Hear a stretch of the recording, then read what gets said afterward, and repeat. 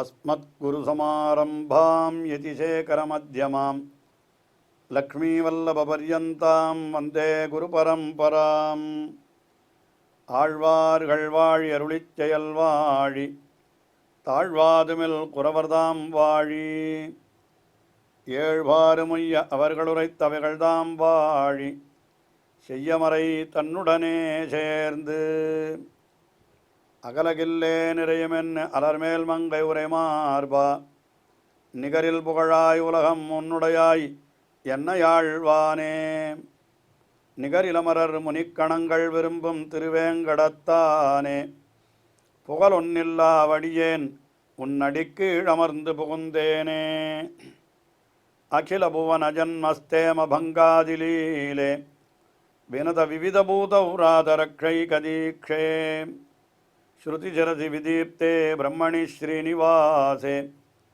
பவது மம பரஸ்மின் சேமுழி பக்திரூபா श्रीमान् वेङ्कटनाथार्यः कवितार्किककेसरी वेदान्ताचार्यवर्यो मे सन्निधत्तां सदा हृदि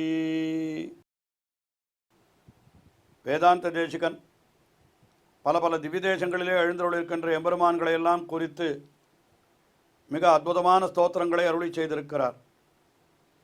அதிலேயும் அவர் அவதரித்த திவ்யதேசம் அது காஞ்சிபுரம். காஞ்சிபுரத்திலே ஒரு பகுதி என்று சொல்லப்படுகின்ற திருத்தண்கா என்கிற திவ்ய தேசம். அந்த திருத்தண்கா என்கிற திவ்ய தேசத்தையே சுற்றி பல திவ்ய தேசங்கள், ஆழ்வார்களாலே மங்களாசாசனம் செய்யப்பட்ட பல திவ்ய தேசங்கள், முக்கியமாக காஞ்சிபுரம் அத்திகிரி என்று சொல்லப்படுகின்ற பெருமாள் கோயில், தேவராஜ பெருமாள், வரதராஜ பெருமாள் திருக்கோயில், அந்த எம்பெருமானை குறித்தே சில ஸ்தோத்திரங்களை அருளி செய்தார். மற்றும் இன்னும் சில திவ்யதேசங்கள் ஆழ்வார்களாலே மங்களாசாசனம் செய்யப்பட்ட திவ்யதேசங்கள். அதிலேயும் மிக முக்கியமாக ஆழ்வார்களிலே முதல்வரான பொய்கை ஆழ்வார் அவர் அவதரித்த திவ்யதேசம் என்பது திருவெக்கா என்கிற திவ்யதேசம். அது காஞ்சிபுரத்திலே வரதராஜ பெருமாள் கோவிலுக்கு மேற்கே. அதிலேயும் வேதாந்த தேசிகன் அவதரித்த அந்த திருக்கண்கா என்கிற தேசத்திற்கு மிக அருகிலேயே அமைந்திருக்கக்கூடிய ஒரு திவ்ய தேசம், அதுதான் திருவெக்கா என்கிற திவ்ய தேசம். சரித்திரத்தை விரிவாகவே பார்த்தோம்.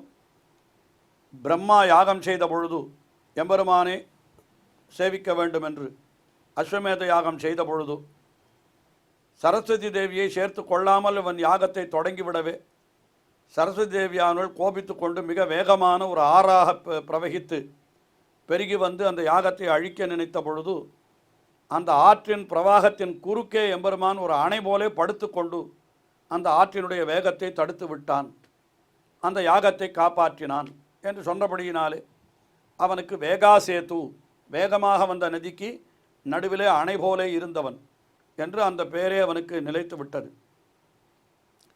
அவன் பின்னாலே அடியவர்கள் சொன்னபடியெல்லாம் கேட்டவனாகினாலே அவனுக்கு யதோக்தகாரி, சொன்ன வண்ணம் செய்த பெருமாள் என்றெல்லாம் கூட திருநாமங்கள் ஏற்பட்டன. அப்படிப்பட்ட அந்த யதோத்தகாரியை துதித்து அருளி செய்யப்பட்ட ஸ்தோத்திரம்தான் வேகாசேத்து ஸ்தோத்திரம். அதிலே இன்றைய தினம் நாம் முதலிலே 8வது ஸ்லோகத்தை பார்க்கிறோம். இந்த 8வது ஸ்லோகத்திலே அந்த எம்பெருமானுடைய பெருமை அதை பலவிதமாக வர்ணிக்கிறார். என்ன தெரிவிக்கிறார்? இந்த வேகாசேத்து எம்பெருமானுடைய ஒரு சாநித்தியத்தாலே தான் வரதராஜ பெருமானுக்கு கூட 100 மடங்காக அவனுடைய கிருபை பெருகுகிறது என்று தெரிவிக்கிறார். இவனால் அவனுக்கு பெருமை. வரதராஜ பெருமான் தோன்றுவதற்கு முன்னாலே தோன்றினவர் இவர் என்று இவருக்கு ஒரு பெருமை உண்டோ இல்லோ, அதை வைத்து இப்படி அருளி செய்கிறார் என்றே சொல்லலாம்.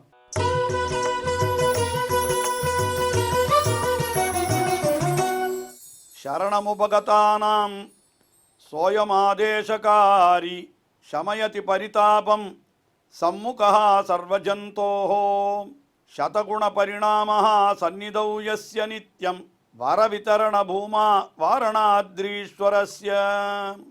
பகவான் எப்படிப்பட்டவன்? யதோத்தகாரி என்பவன் எப்படிப்பட்டவன் என்னால் சரணமுபகதானாம் சோயம் ஆதேசகாரி. தன்னை சரணமடைந்தவர்கள் யார் யார் இருக்கிறார்களோ அவர்களுக்கெல்லாம் ஆதேசகாரி என்னால் அவர்களுடைய ஆதேசம், ஆதேசம் என்னால் நியமனம், கட்டளை, அதை அப்படியே செய்பவன். சொன்ன வண்ணம் செய்த பெருமாள் என்கிற திருநாமம், யதோக்தகாரி என்கிற திருநாமம் அத்தை விளக்குகிறார். இந்த சப்தங்களாலே, இந்த சொற்களாலே விளக்குகிறார். தன்னை சரணமடைந்தவர்கள் யாராயிருந்தாலும் அவர்கள் சொன்னபடியெல்லாம் கேட்பவன், அவர்கள் கட்டளைக்கு கீழ்ப்படிபவன். திருமழிசை ஆழ்வாருடைய கட்டளைக்கு கீழ்ப்படிந்த சரித்திரத்தை நாம் பார்த்தோம். இன்னும் பிரம்மாவனுடைய கட்டளைக்கே கீழ்ப்படிந்து, அவனுடைய பிரார்த்தனைக்கு கீழ்ப்படிந்து தானே அப்படி வந்து அவன் சயனித்து கொண்டான் வேகவதி ஆற்றிற்கு நடுவிலே. அதனால் சரணமுபகதானாம் சோயம் ஆதேசகாரி. ஆதேசகாரினா யதோக்தகாரி என்பது தான் இந்த இடத்துல ஆதேசகாரி என்றும் வருகிறது. அதுக்கு மேலே அவன் இன்னும் என்ன பண்ணுகிறான்?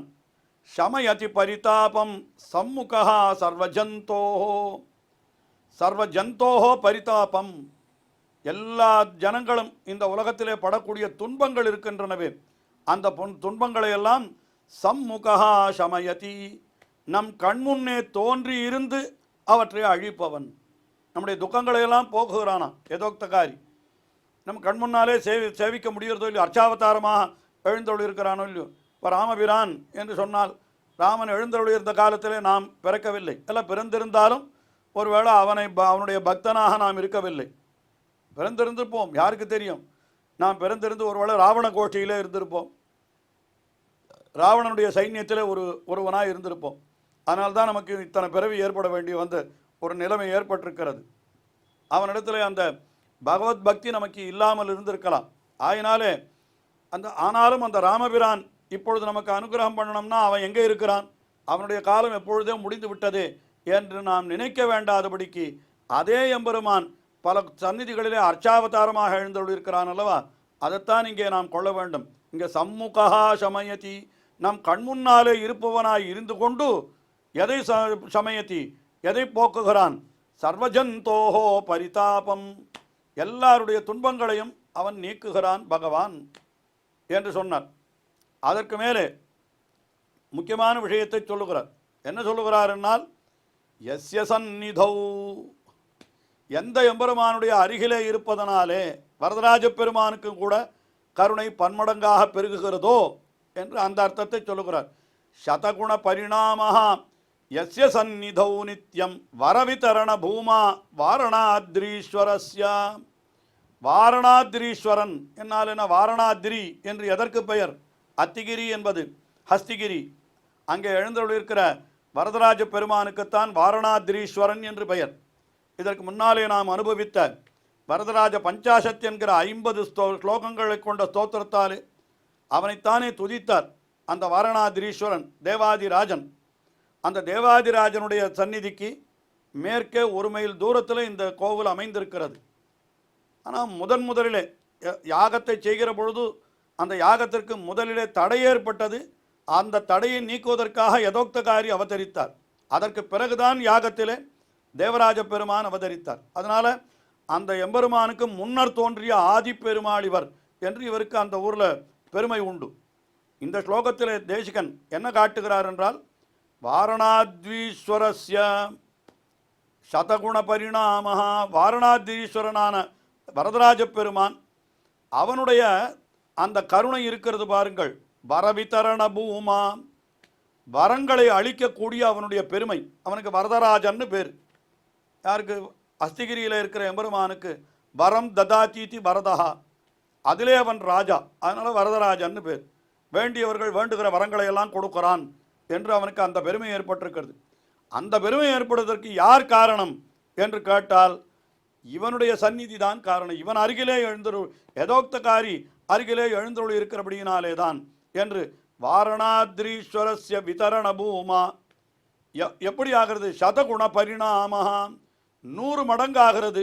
எதனாலேன்னு கேட்டால், யஸ்ய சந்நிதௌ, எந்த யதோக்தகாரியினுடைய அருகிலே இருக்கிறபடியினாலே அந்த எம்பெருமானுக்கு 100 மடங்கு ஆகிறதோ அப்படிப்பட்ட எம்பெருமான் என்று. அதாவது என்ன அர்த்தம்? தேவப்பெருமாளுக்கும் கூட அவனுடைய அந்த வரம் கொடுக்கும் தன்மை 100 மடங்காக பெருகுகிறது என்று சொன்னால் அதற்கு காரணம் யதோக்தகாரி அருகிலே எழுந்தருள் இருப்பது தான் என்று இந்த ஸ்தோத்திரத்திலேயே தெரிவிக்கிறார். அப்படி அந்த தேவராஜ பெருமானுக்கும் பெருமையை கொடுப்பவர் இந்த யதோக்தகாரி என்று இந்த ஸ்லோகத்திலே தெரிவித்தார். அதற்கு அடுத்தபடியாக இதையே நாம் நிறைவு ஸ்லோகமாக சொல்லலாம். என்னென்ன பெருமை உண்டோ அத்தனையும் சொல்லி அப்படிப்பட்ட எம்பெருமானை நாம் சரணமடைகிறோம் என்று சொல்லுகிறார்.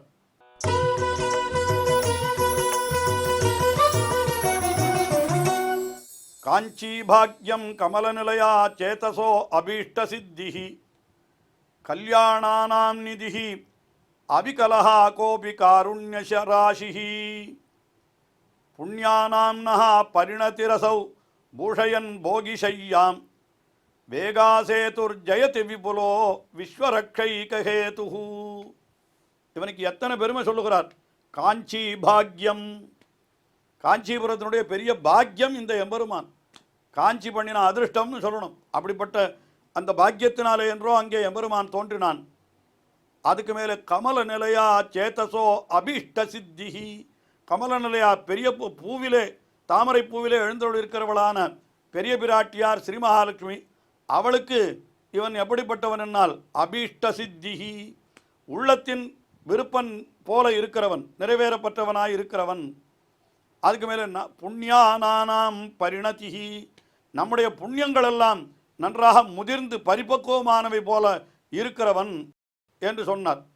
அப்புறம் அதுக்கு மேலே என்ன சொல்றார், கல்யாணானாம் நிதிஹி அவிகலஹா, அவிகலஹா நிதிஹி, கல்யாணானாம் அவிகலஹா நிதிஹி என்னால் மங்களங்களுக்கு குறைவற்ற ஓர் உறைவிடமாய் இருக்கிறவன். அதுக்கு மேலே காருண்யராசிஹி,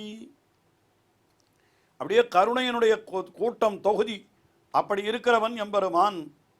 விஸ்வரக்ஷைகஹேது, இந்த உலகத்தையெல்லாம் காப்பதற்கு ஒரே காரணமாய், இந்த உலகத்தையெல்லாம் காக்கின்ற ஒரே கடவுளாய் இருப்பவன் யார் என்றால் அந்த எம்பெருமான் தான். அவன் எப்படி எழுந்தருள் இருக்கிறான் என்னால் அப்படி போகிஷையாம் பூஷயன்னு, அந்த திருவனந்தாழ்வானாகிற படுக்கை அதை நன்றாக அலங்கரித்து கொண்டு அங்கே எழுந்தருள் இருக்கிறானாம். போகிஷையாம் பூஷன்னு, எழுந்தருள் இருக்கிறவன் யார் என்னால் அசௌ வேகாசேதுஹு, அவனுடைய பெயரை சொல்லிவிடுகிறார். இவன் எப்படிப்பட்டவன், வேகாசேதுஹு, திருவெக்கணை எம்பெருமான் என்று. அப்படிப்பட்ட எம்பெருமான் ஜெயதி, நன்றாக வெற்றி பெற்று விளங்கட்டும், மேன்மேலும் அவனுடைய பெருமை எல்லா திசைகளிலும் பரவட்டும் என்று இப்படி எத்தனை பெருமை அவனுக்கு, அத்தனை பெருமையை சொன்னார். அவன் எப்படிப்பட்டவன் என்னால் வரிசையாக சொல்கிற காஞ்சியினுடைய பாக்கியமாய், பெரிய பிராட்டியாருடைய விருப்பத்திற்கு உகந்தவனாய், கல்யாண குணங்களெல்லாம் கூடினவனாய், காருண்ய ராசியாய் இருக்கிறவன், நாம் செய்த புண்ணியமே அப்படியே புண்ணியங்கள் பலித்தவனாய் இருக்கிறவன், அந்த திருவனந்தாழ்வானுக்கு அழகூட்டுபவனாய் சயனித்திருப்பவன், உலகத்தையெல்லாம் காக்கின்ற ஒரே கடவுளாய் இருப்பவன். அப்படிப்பட்ட வேகாசேதுஹு ஜெயதி, வெற்றி பெற்று வழங்கட்டும் என்று இந்த ஸ்லோகத்திலே சொன்னார். இதற்கு அடுத்தபடியாக 10வது ஸ்லோகம். இது இந்த ஸ்லோகம் என்னன்னா திருநாம பாட்டு. இதை பண்ணினவர் யார் என்று சொல்லி பலன் சொல்லி தலை கட்டுகிறார்.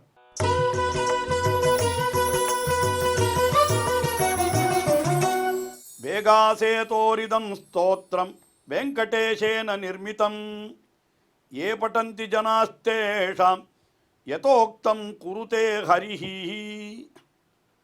வேகாசேது ஸ்தோத்திரம் என்று இதற்கு நாம் பெயர் வைக்க வேண்டாம், அவரே பெயரை காட்டிவிட்டார்.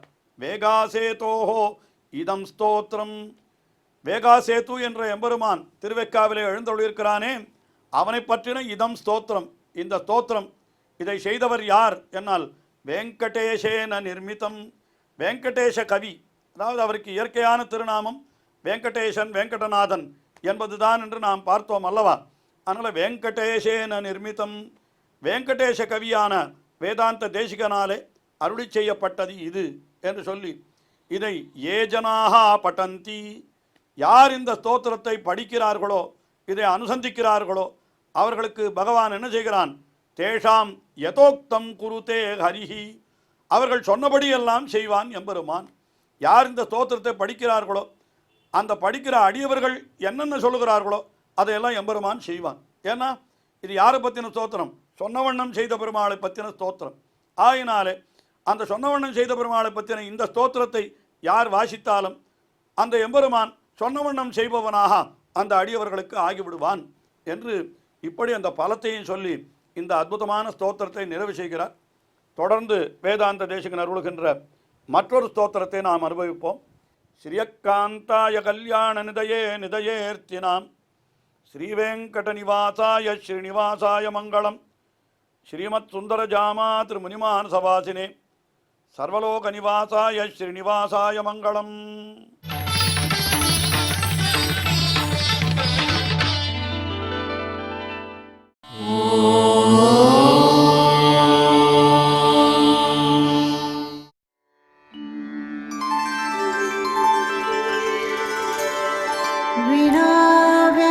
विनाव्यङ्कटेशं ननाथो ननाथः सदा व्यङ्कटेशं स्मरामि स्मरामि. हरे व्यङ्कटेश प्रसीद प्रसीद. प्रियं वेङ्कटेश प्रयच्छ प्रयच्छ.